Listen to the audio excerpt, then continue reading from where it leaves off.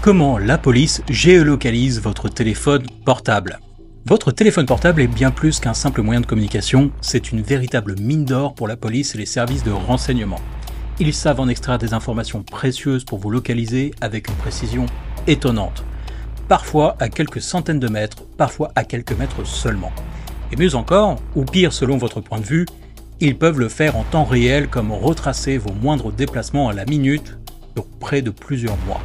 Et tout cela sans même activer le GPS, simplement en exploitant le réseau mobile. Plusieurs techniques permettent d'atteindre cet objectif. Dans cette vidéo, nous allons passer en revue celles qu'utilisent les enquêteurs au quotidien dans les affaires les plus ordinaires, comme dans les dossiers confiés aux services de pointe de la police judiciaire. Nous ferons aussi un point sur le cadre légal qui encadre ces pratiques. Vous découvrirez la géolocalisation a posteriori à partir des données de trafic, les fameuses fadettes, la géolocalisation en temps réel et les méthodes plus sophistiquées basées sur les IMSI catchers. Avant d'entrer dans le détail, pensez à vous abonner à la chaîne pour ne pas manquer les prochaines vidéos où l'on décortiquera d'autres techniques d'enquête. Activez la cloche pour être averti dès leur publication, et si vous souhaitez vraiment reprendre le contrôle sur votre vie privée, oubliez Gmail. Je vous propose en description un lien affilié pour découvrir ProtonMail, une messagerie pensée pour réellement protéger vos données perso ou pro. Mais avant de plonger dans les méthodes d'enquête, il faut d'abord comprendre quelques bases sur le fonctionnement des réseaux mobiles. Ces explications vont non seulement vous aider aujourd'hui, mais aussi vous donner des clés pour mieux comprendre ce que vous tenez entre vos mains, et au passage pour reprendre un peu de pouvoir sur votre propre confidentialité. Ce qu'on appelle la téléphonie d'investigation, c'est l'ensemble des techniques utilisées par les forces de l'ordre pour exploiter les données issues de vos communications. L'objectif, en tirer des informations utiles à une enquête judiciaire ou à une mission de renseignement. Chaque échange, chaque connexion, chaque trace laissée sur le réseau peut devenir une pièce du puzzle. Dès lors qu'un téléphone est équipé d'une carte SIM, qu'elle soit physique ou virtuelle comme une eSIM, et qu'il est allumé, il dialogue en permanence avec le réseau mobile. Et cela même si vous ne passez aucun appel. Car une communication, ce n'est pas seulement une conversation téléphonique, comme envoyer un SMS ou utiliser Internet via la 3G, 4G ou la 5G. C'est aussi dialoguer avec le réseau. Si la SIM est active, le téléphone accroche une antenne. C'est aussi simple que ça. À chaque interaction avec le réseau, plusieurs identifiants techniques sont enregistrés. Peu importe par lequel les enquêteurs commencent, tous sont interconnectés. Et tous mènent quelque part. Ces informations sont conservées durant une période d'1 an. Une fois ce délai passé, si elles n'ont pas été récupérées, elles disparaissent définitivement. Dans les faits, vous avez donc entre les mains deux sources d'identification. Le téléphone lui-même et la carte SIM qu'il contient. Le smartphone est d'abord identifié par un ou plusieurs numéros IMEI. C'est l'empreinte matérielle de l'appareil composée de 15 chiffres. Les 8 premiers désignent le modèle et le pays d'origine. Les 6 suivants correspondent au numéro de série unique pour chaque unité produite.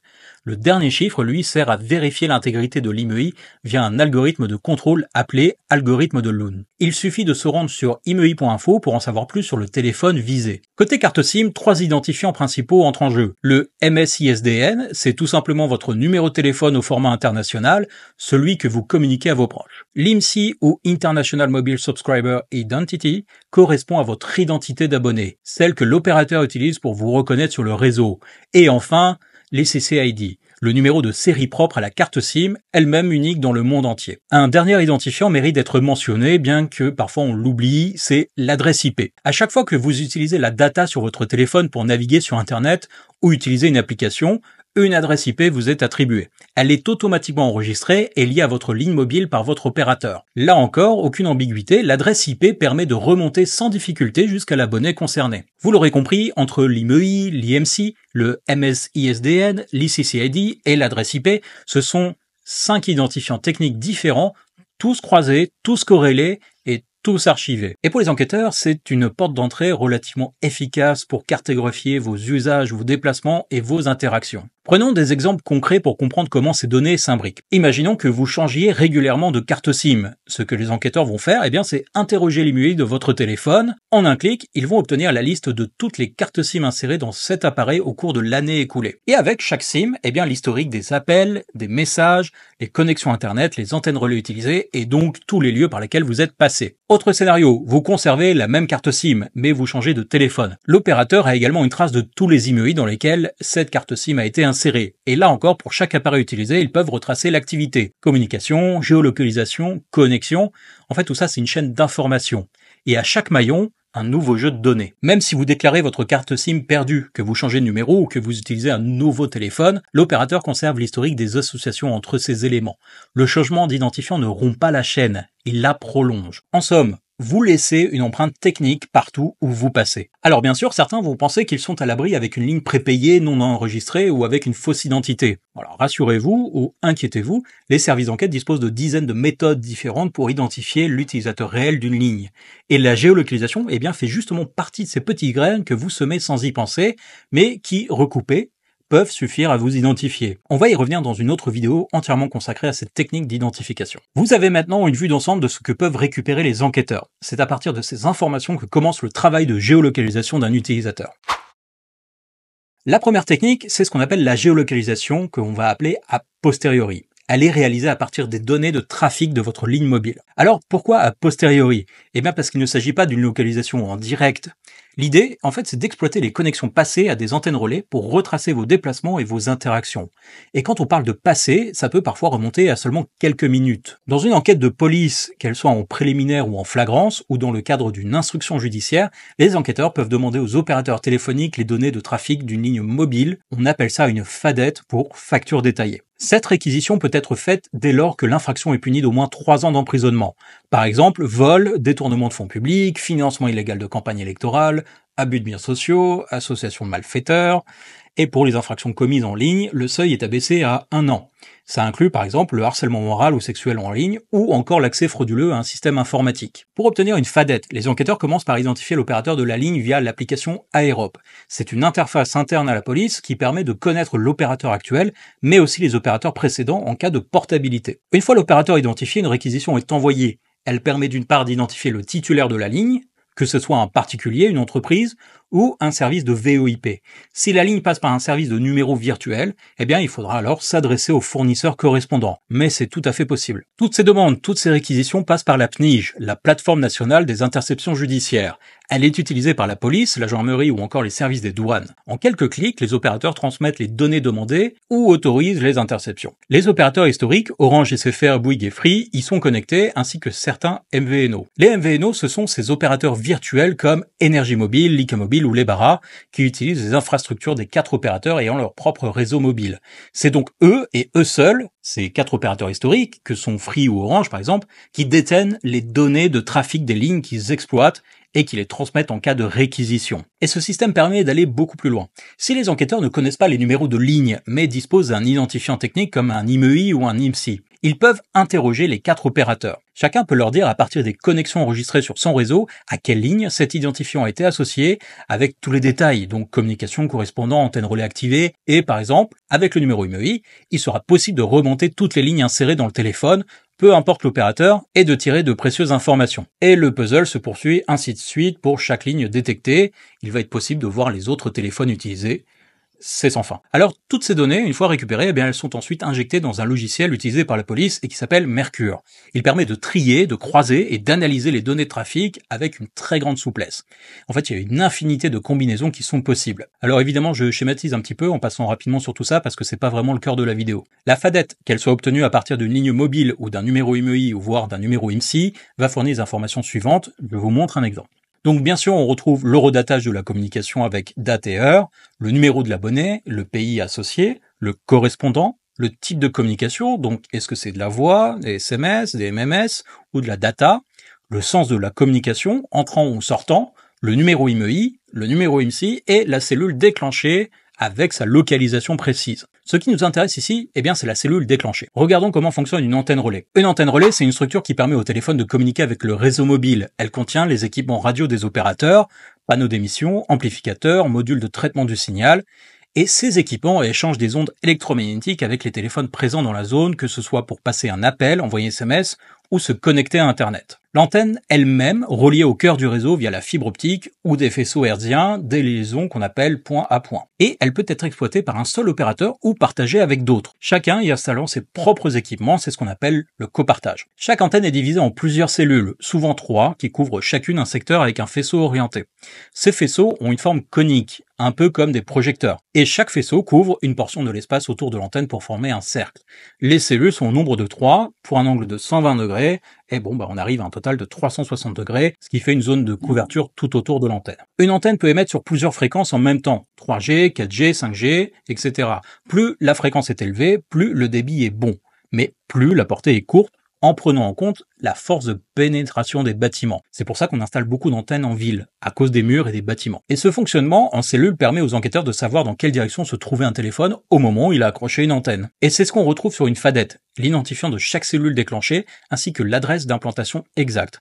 Et à partir de ces données, il devient facile de reconstituer sur une carte les déplacements d'un téléphone en les replaçant dans l'ordre chronologique. Plus il y a de déclenchements, plus la localisation gagne en précision. Une ligne mobile active 24 heures sur 24 peut générer sur un an plusieurs dizaines de milliers de connexions, et même pour un utilisateur lambda. Et si aujourd'hui beaucoup d'entre nous utilisent principalement le Wi-Fi et des applications de messagerie comme SimpleX, Signal ou iMessage, chaque utilisation d'Internet mobile déclenche une communication. Donc la data, c'est aussi du trafic. Une fois vos données entre les mains, le reste repose sur le travail d'analyse de l'enquêteur. Par exemple, il peut déterminer où un suspect dort en étudiant les bornages nocturnes ou reconstituer des trajets en voiture, en train, à pied. En fait, il suffit de comparer les antennes relais activées entre un point de départ et un point d'arrivée, d'évaluer la distance entre les cellules et d'en déduire une vitesse de déplacement moyenne grâce à l'horodatage. Mais la géolocalisation a posteriori ne s'arrête pas là. Elle permet aussi d'analyser le cercle relationnel. En croisant les points de localisation de plusieurs lignes, les enquêteurs peuvent établir si deux personnes se sont rencontrées. Prenons un exemple. Si les lignes de Michael et Jordan activent la même cellule, ou deux cellules très proches, dans un environnement urbain, à 1 ou 2 minutes d'écart, il est possible de conclure à une rencontre probable. En analysant les recoupements sur plusieurs jours, on peut même en déduire la fréquence et les lieux de rendez-vous, à condition, bien sûr, d'avoir identifié formellement les utilisateurs des lignes. Allez, pour ceux qui veulent en savoir plus, je reviens plus en détail sur ces techniques dans mon livre Investigation et téléphonie mobile. Vous trouverez le lien dans la description. Alors attention, ces méthodes ne produisent pas que des indices, elles peuvent constituer une preuve à part entière. Dans un dossier de cambriolage, par exemple, on peut déduire la participation d'un ou plusieurs suspects. Si une même ligne apparaît systématiquement autour des lieux cambriolés au moment précis des infractions et que cette ligne est attribuée à un suspect, ça commence à devenir difficile de nier. Autre technique, on peut croiser le bornage mobile avec les données d'un dispositif de surveillance GPS. Si les enquêteurs ont placé une balise sur une voiture, ils peuvent comparer le trajet de cette balise avec les connexions réseau de toutes les lignes mobiles présentes dans la zone. Et si une ligne suit rigoureusement le même parcours que la voiture et que cette ligne était inconnue au départ, il y a quand même des chances qu'elle devienne intéressante pour l'enquête. Alors certains pourraient penser qu'en l'absence totale de communication, pas de data, pas d'appel, pas de SMS, un téléphone ne déclenche aucun bornage. En clair, s'il fait rien, il est pas repérable. C'est faux, c'est là qu'intervient ce qu'on appelle le handover. Même sans activité apparente, un téléphone avec une carte SIM active reste connecté au réseau mobile.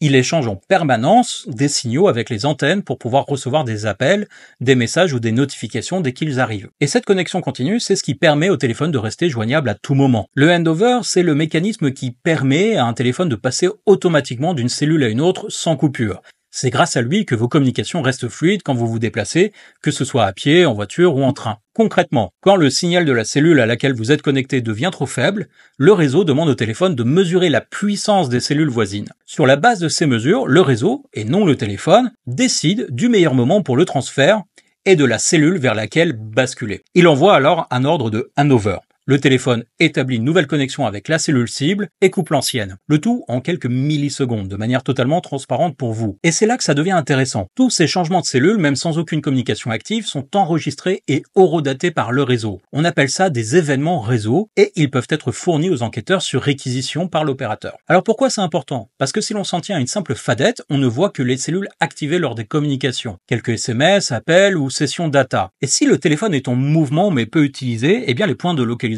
sont assez rares. En revanche, avec les événements réseau, on peut tracer tous les changements de cellules, quasiment à la seconde près. Et résultat, une cartographie beaucoup plus fine des déplacements d'un utilisateur. Et les événements réseau vont bien plus loin. Ils incluent par exemple un handover, donc qui va trahir un déplacement, une connexion volontaire, c'est-à-dire un allumage du téléphone, une déconnexion, donc une extinction ou un retrait de la carte SIM, une perte de signal quand l'appareil passe dans une zone non couverte ou passe en mode avion, voire un comportement anormal comme une tentative de brouillage détectée par des tentatives infructueuses du réseau pour essayer de maintenir la liaison avec le téléphone. Et mis bout à bout, Tous ces signaux en disent long sur votre comportement. Prenons un exemple. Un téléphone actif qui bascule soudainement en mode avion coupe donc tout lien avec le réseau. S'il réapparaît un peu plus tard sur une autre cellule, eh bien ça peut révéler une tentative de se dissimuler, surtout si ce sont des horaires auxquels on a l'habitude de se connecter et surtout si ce type de coupure est répété. Il faut voir les événements réseau comme une mémoire silencieuse du téléphone. Même quand vous pensez ne rien faire, eh bien lui continue de parler. La difficulté avec la géolocalisation a posteriori ne vient pas tant du nombre de cellules déclenchées,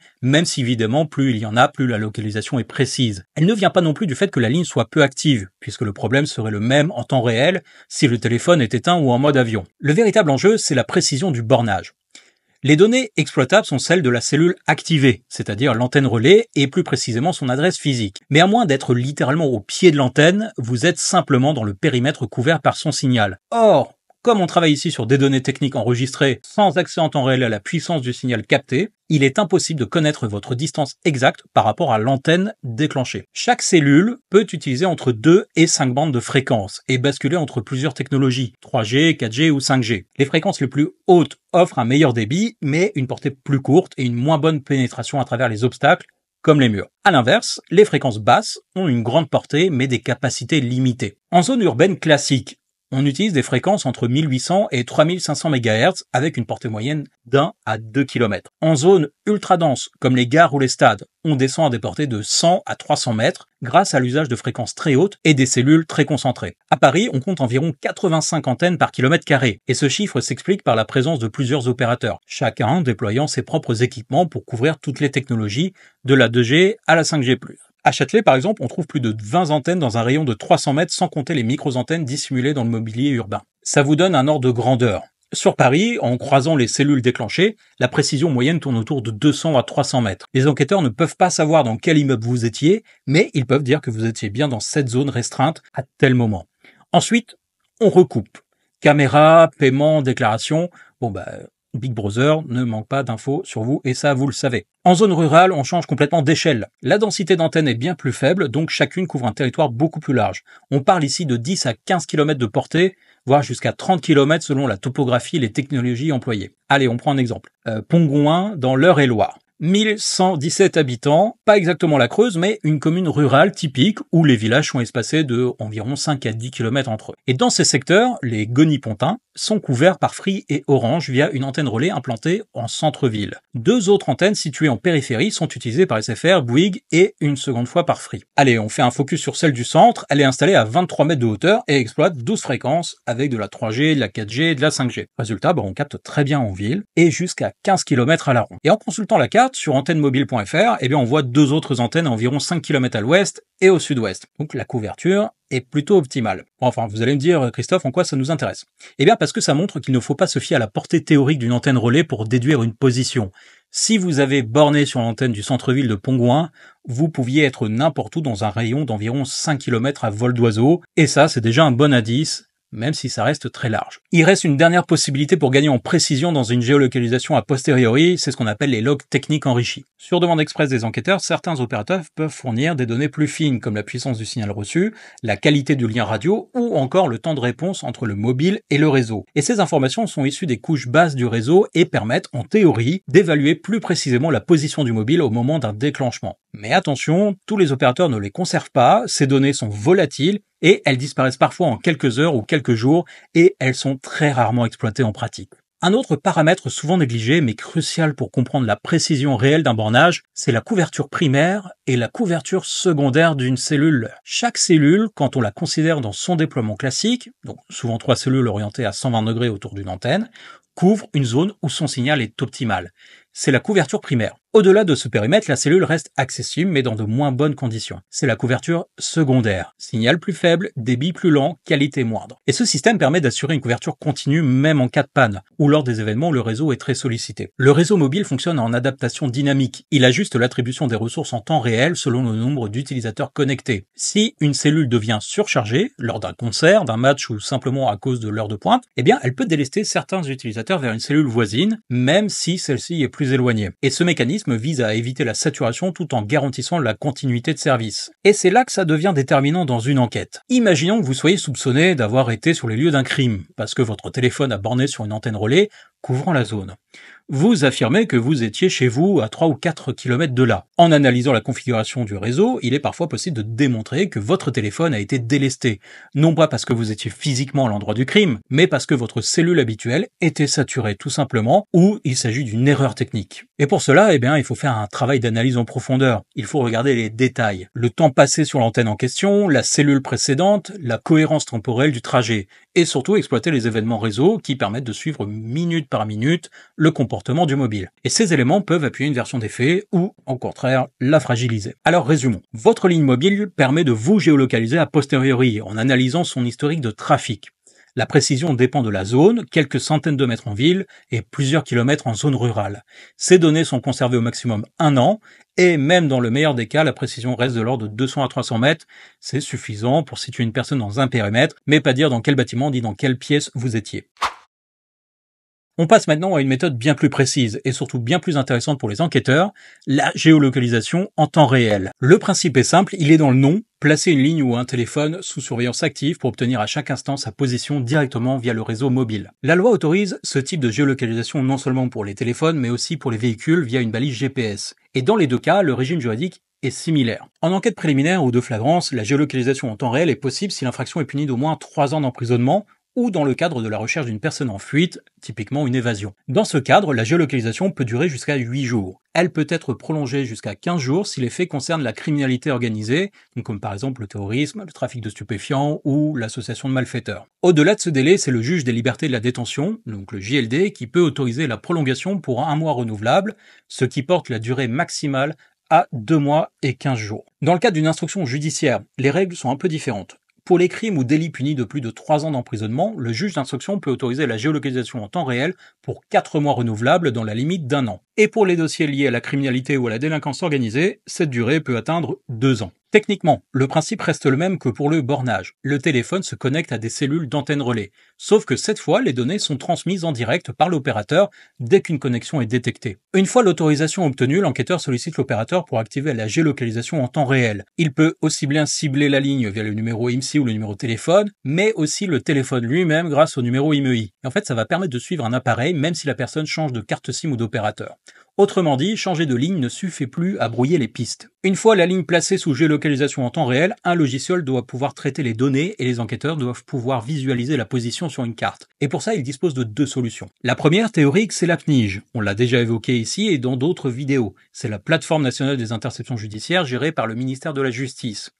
Elle centralise les réquisitions auprès des opérateurs, les écoutes téléphoniques, et elle prévoit aussi une fonction de géolocalisation en temps réel. Mais dans les faits, cette fonctionnalité n'est pas pleinement opérationnelle. Alors, sur le terrain, les enquêteurs continuent d'utiliser une solution bien connue qui s'appelle Devriware. Devriware, racheté récemment par Chabvision, est une entreprise française qui fournit depuis des années des outils de géolocalisation et d'interception pour les forces de l'ordre.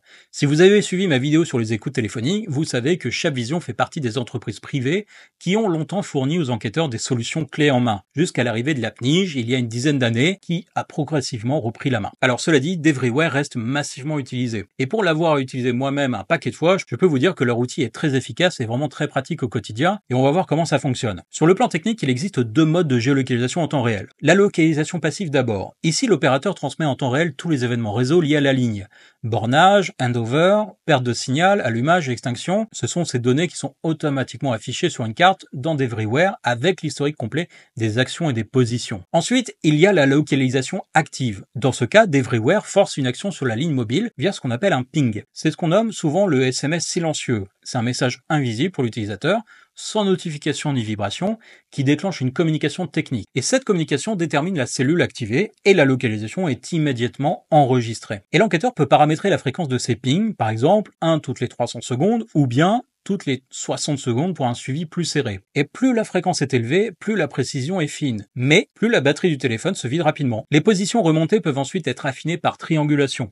Si le téléphone est capté simultanément par plusieurs cellules, le réseau peut mesurer la puissance du signal reçu pour chacune et parfois mesurer également le temps de propagation. En fait, ça permet de calculer une position estimée avec une précision qui peut descendre jusqu'à 50 mètres dans une zone urbaine avec de bonnes conditions. Une autre méthode d'affinage consiste à mesurer le décalage temporel entre l'envoi et la réception du signal. En fait, ça permet d'estimer la distance exacte entre le mobile et l'antenne et donc de situer l'appareil dans un anneau de distance autour de la cellule. C'est pas vraiment une localisation exacte, mais en fait, ça réduit considérablement le périmètre de recherche. Le reste du travail se fait dans le logiciel d'Everywhere lui-même, qui est bien plus qu'une simple carte avec un point mobile. C'est un véritable outil d'analyse et de pilotage de la géolocalisation. La version la plus complète, c'est la version bureau, utilisée par les enquêteurs depuis leur poste de travail. Alors, je vais vous montrer un aperçu du portail de connexion, mais évidemment on peut pas aller plus loin. Il existe aussi une version mobile, sous forme d'application disponible sur l'Apple Store. Elle permet un suivi en mobilité, notamment pour les surveillants sur le terrain. Et une fois connecté, l'enquêteur peut suivre plusieurs lignes à la fois dans une même enquête. Tout s'affiche sur une seule et même carte, avec pour chaque ligne la possibilité de fixer des points d'intérêt. Par exemple, domicile, lieu de travail, adresse connue, lieu de rendez-vous habituel. Et ça permet de visualiser en un coup d'œil les déplacements et les habitudes. Mais ce qui fait vraiment la différence, c'est le système d'alerte intégré. Inutile de rester en permanence devant l'écran pour surveiller le point qui bouge. D'Everywhere peut notifier l'enquêteur automatiquement selon des critères personnalisés. Par exemple, on peut créer une zone géographique avec un périmètre et paramétrer une alerte pour être averti dès que la cible entre ou sort de cette zone. Aussi, on peut être notifié si un suspect quitte son domicile ou se rend dans un point de deal identifié, par exemple.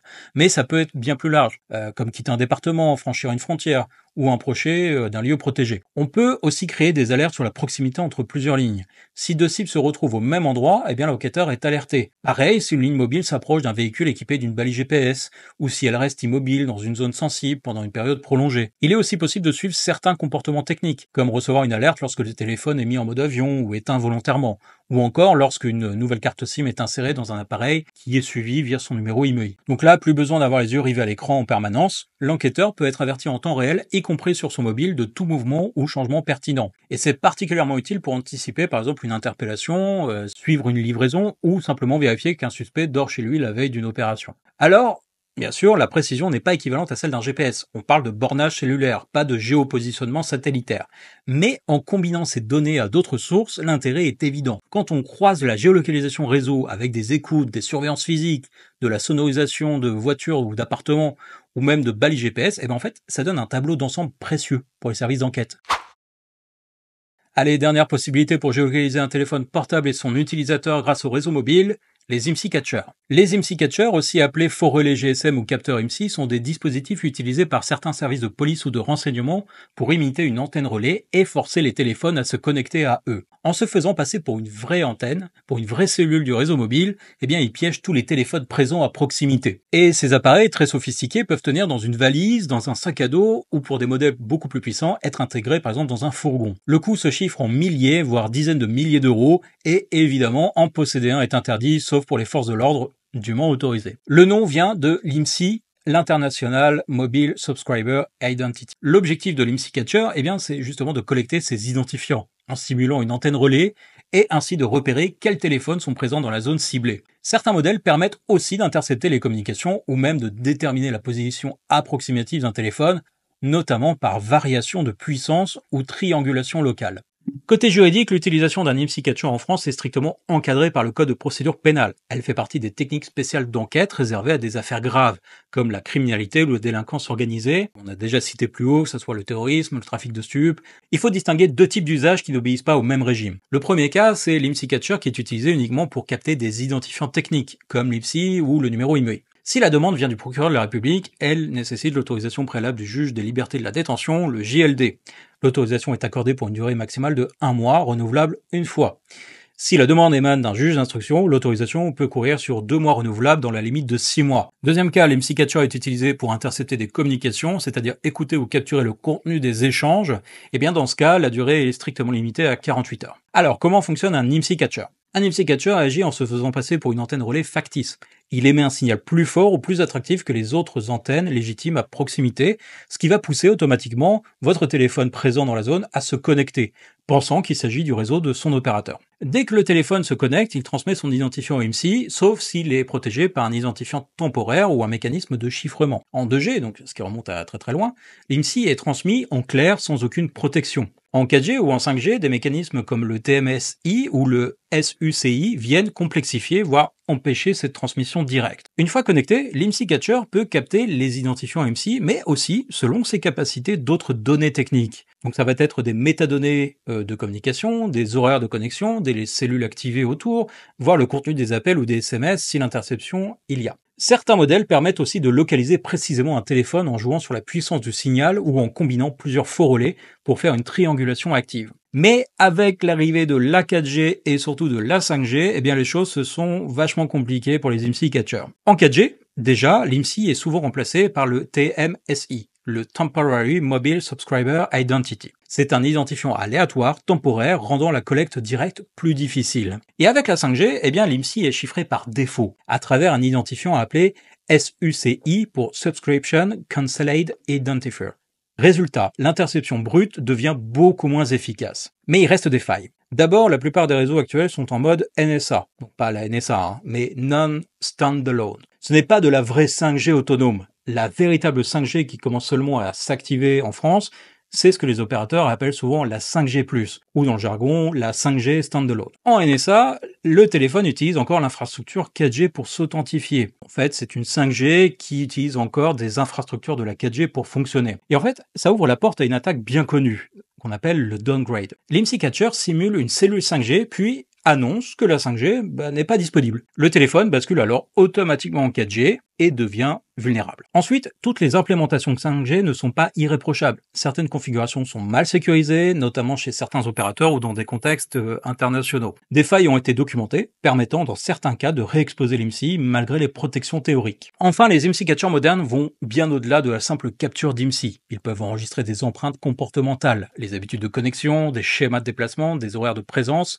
Ils peuvent capter l'IMEI de l'appareil, tenter d'exploiter des messages de signalisation et agir avant l'activation complète du chiffrement. Alors oui, les IMSI catchers ont perdu en puissance brute avec l'évolution des standards mobiles. Fini l'époque de la 2G ou de la 3G où l'on pouvait aspirer tout le trafic d'un téléphone. Mais ça reste quand même des outils redoutables, surtout pour identifier des lignes mobiles. Voici un exemple concret. Les enquêteurs suspectent qu'un ou plusieurs individus utilisent des lignes prépayées anonymes. Il suffit de placer un IMSI catcher dans un bâtiment pour capter toutes les lignes mobiles actives et à ce moment-là. Ensuite, il ne reste qu'à trier, analyser les comportements et identifier les lignes réellement liées à l'enquête. Avec un IMSI catcher puissant, ce type de balayage peut se faire à l'échelle d'un quartier entier. Alors c'est quoi le lien avec la géolocalisation? Eh bien c'est simple, l'IMSI catcher simule lui-même la cellule, donc il maîtrise l'environnement radio. Ça lui permet de savoir exactement à quelle distance se trouve la cible. On passe d'une précision de quelques centaines de mètres avec la géolocalisation classique à quelques mètres seulement, voire à un étage près dans un immeuble. Par exemple, les enquêteurs suivent un suspect jusqu'à un bâtiment. Ils savent qu'il est entré, mais pas dans quel appartement.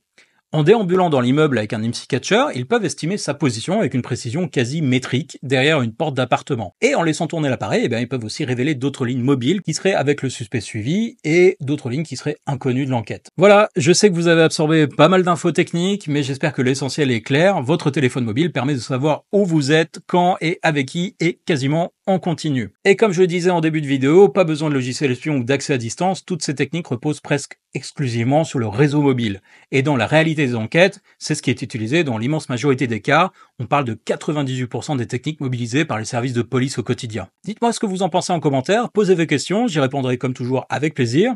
D'ici là, abonnez-vous si ce n'est pas déjà fait, likez la vidéo si vous pensez qu'elle mérite d'être vue, et partagez-la si elle peut ouvrir les yeux autour de vous. Et souvenez-vous, l'erreur se trouve toujours entre la chaise et le clavier, ou plutôt entre le portable et l'antenne relais. À bientôt.